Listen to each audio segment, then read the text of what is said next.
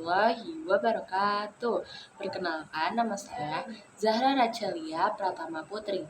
NIM saya 2288240089. Saya berasal dari Universitas Sultan Ageng Trisayasa, jurusan Pendidikan Sejarah.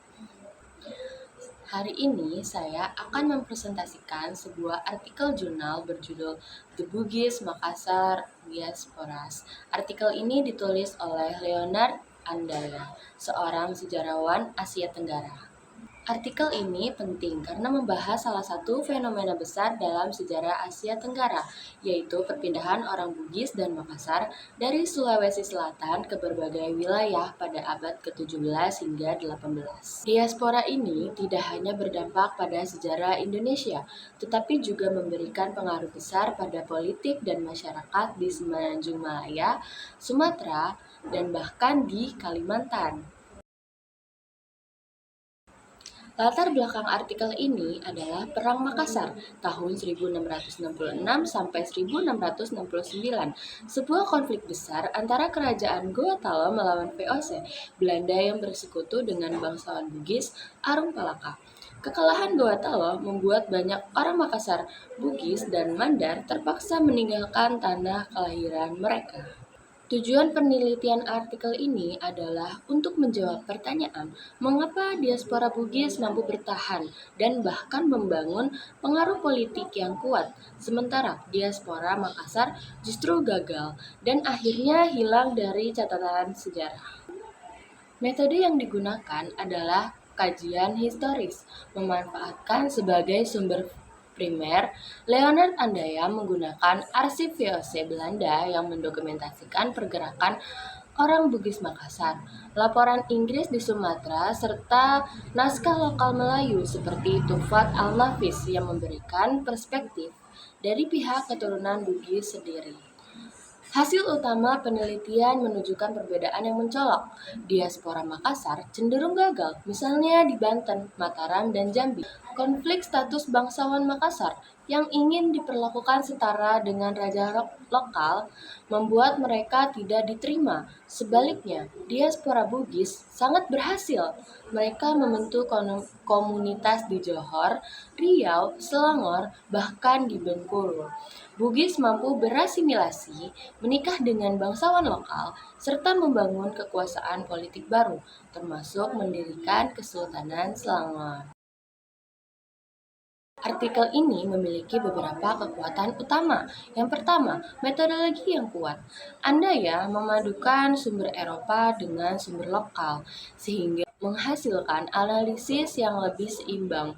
Kedua, artikel ini berkontribusi besar dalam studi diaspora Asia Tenggara.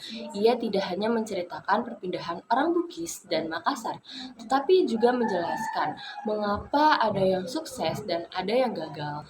Ketiga, artikel ini kaya akan analis budaya.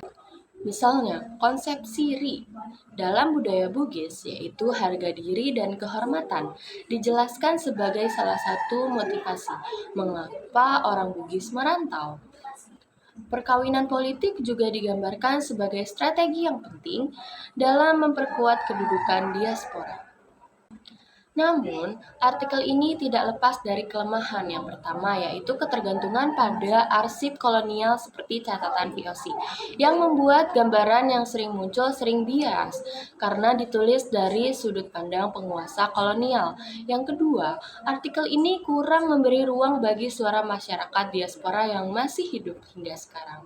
Padahal tradisi lisan Bugis Makassar cukup kaya akan melengkapi perspektif sejarah.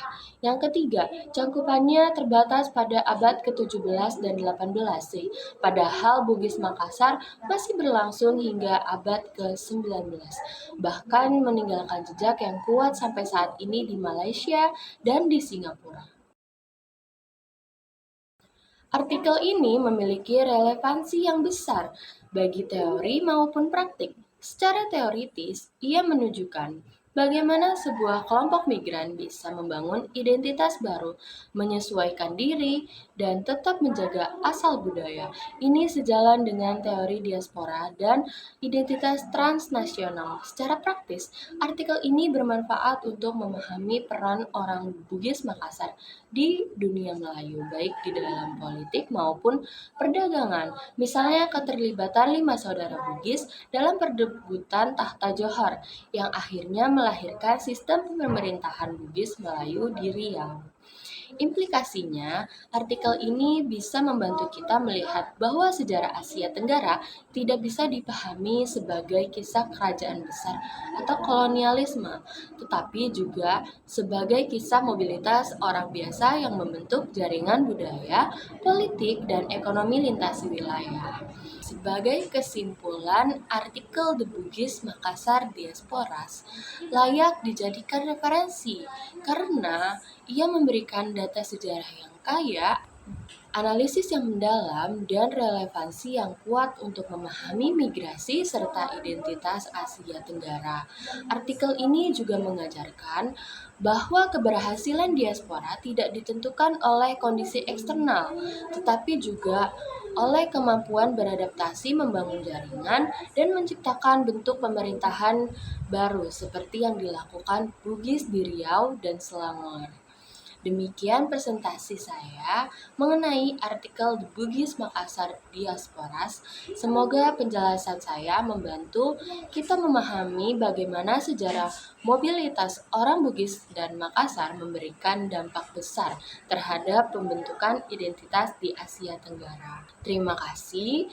Assalamualaikum warahmatullahi wabarakatuh.